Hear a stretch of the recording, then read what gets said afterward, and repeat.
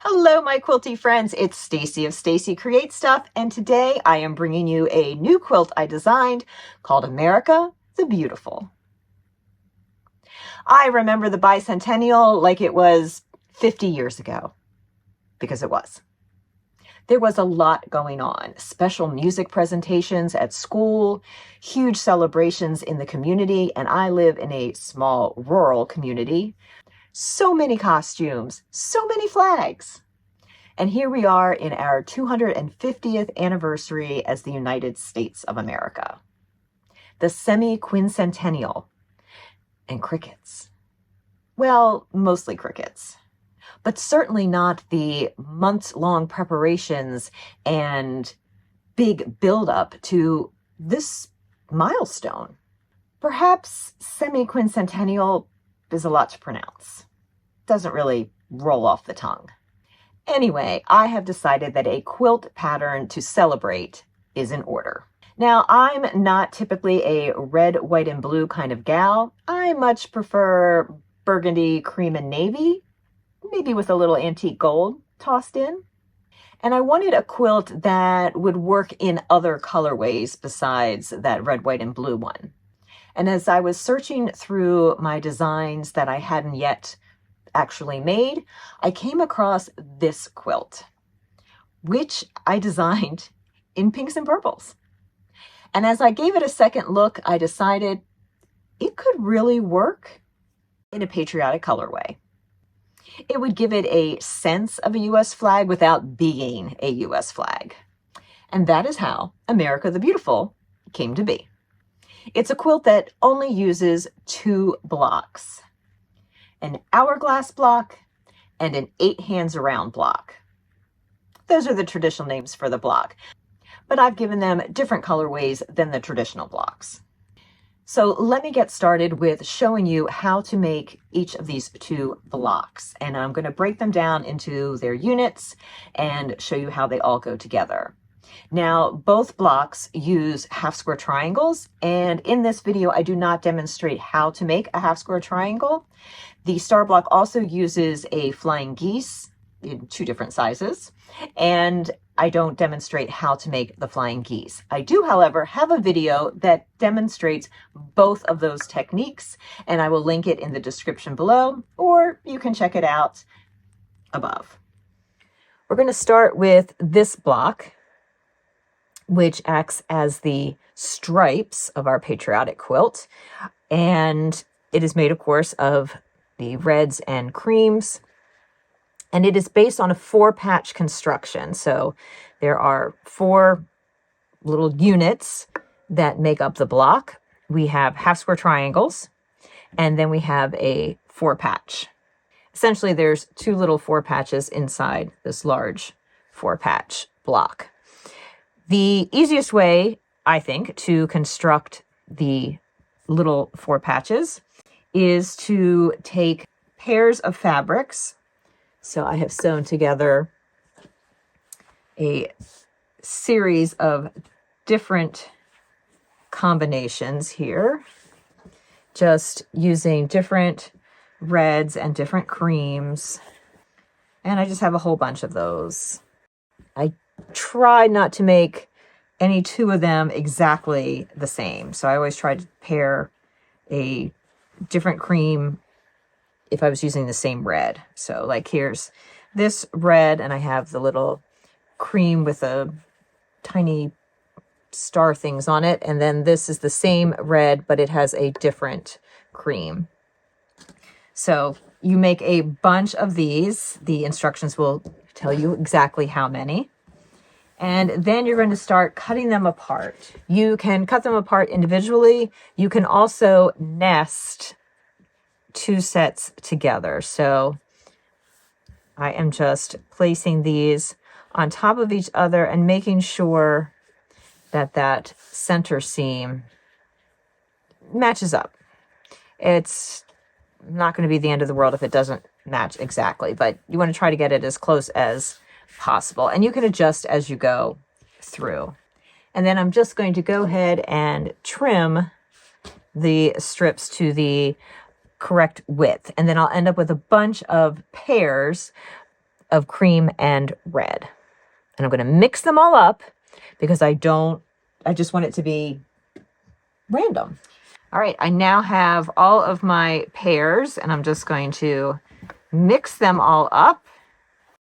You can set your own rules if you want to have any. My rule is going to be that when I pick two pairs, I just don't want them to have any of the same fabric, or at least 3 different fabrics. So this happens to have 4. That's great. I'm just going to put right sides together, making sure that the reds are opposite and the creams are opposite that way. And that should make my seams nest because I pressed all of the seams towards the red since it's the darker fabric. And then I'm just going to sew a bunch of pairs and I will end up with a whole lot of mini 4 patches. And now I have all of my half square triangles pressed and trimmed down to the appropriate size. So I can pair those up now with the 4 patches.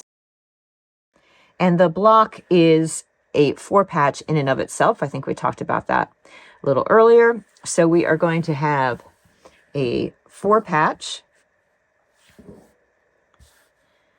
a half square triangle,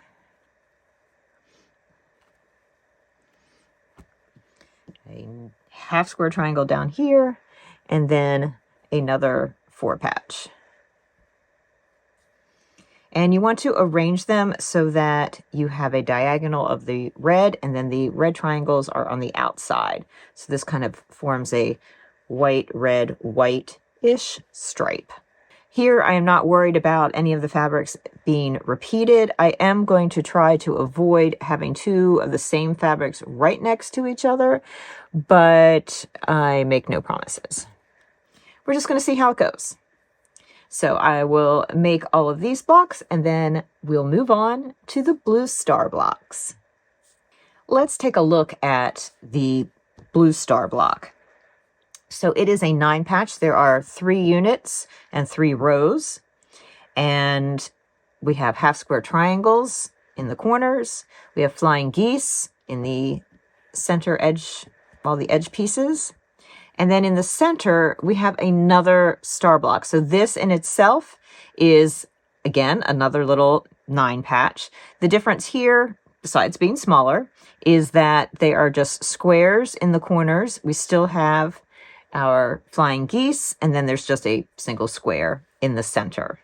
So lots of pieces. You do need to make the center square unit first, because without having that together, you really can't put together the rest of the block. So let's start there. I have sewn my flying geese.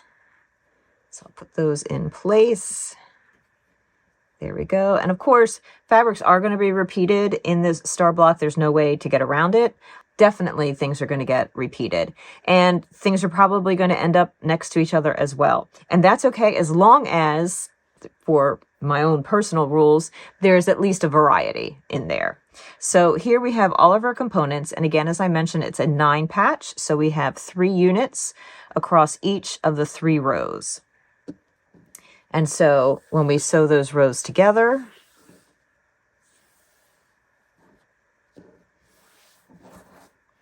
we will get something that looks like this. And then once we sew those rows together, we will get our center star unit. And we just need to make enough of those for all of the blocks. And now that we have the center block, let's make the rest of the star. So it's very similar to how we made the small star. We have our center, which is the small star, and then we have flying geese as the points on each side of that. And then the top and bottom row are made of flying geese and then also half square triangle units. So this will go together as a row and will look something like this. Same for the bottom row. And then, of course, the center looks like this. So now that we have these 3 rows, we are going to sew the rows together, and we'll end up with a block. I wanted to add a little variety in and put some gold or antique gold color into the quilt for the stars. And so I will be making 3 blocks that have a center gold star and 3 blocks where the outer points are gold. All the other blocks will be the creams. Let's take the star blocks to the design wall and add those to our striped block. I have laid out the quilt on my design wall. It is 7 blocks across and 9 rows. Not all 9 rows fit on my design wall, but that's okay. I've already sewn the first 2 rows together so that you can kind of see it, how it's forming there. And you may notice that the stripes, the red center of the 4 patch, kind of making that stripe, are going in that direction until we get to that end down there. And that is because this entire diagonal is going this way, and likewise the one next to it, which will end at the very corner of the bottom of the quilt, is going that way, and then all the other stripes are going outwards. I just thought that from a distance that sort of looked like the ripple of a waving flag. It kind of gave it some movement. You, of course, can lay out your quilt however you would like. You can have all the stripes going in one direction or the other. That is fine, or you can do them how I've laid them out. I've also scattered throughout the stars that have any of the gold on them. So we have a small gold center star over there, this one, and then some of the others are down below, outside of the view of my design wall. So now I just have to go ahead and put all the rows together and show you the final quilt.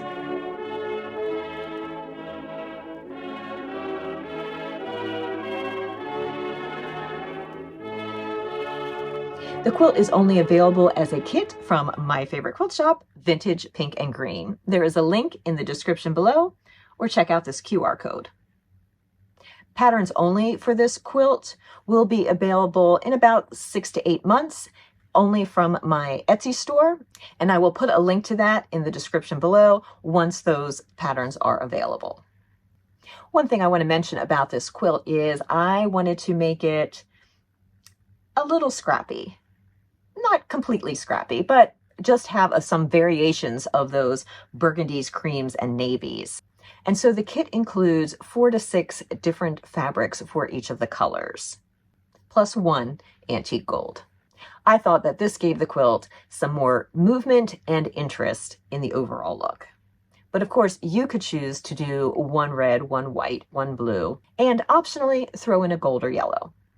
Like many of my quilts, the final layout is up to you. You can arrange and turn the blocks in different ways, especially those striped blocks with the red and cream. Those can go in a variety of directions, and you could choose how they flow. I hope you enjoyed this video and that you will consider making something patriotic and doing something to celebrate the semi-quincentennial of the United States, if you're in the United States. Remember, we are the people that make America the beautiful. Until next time, my friends, why not check out this?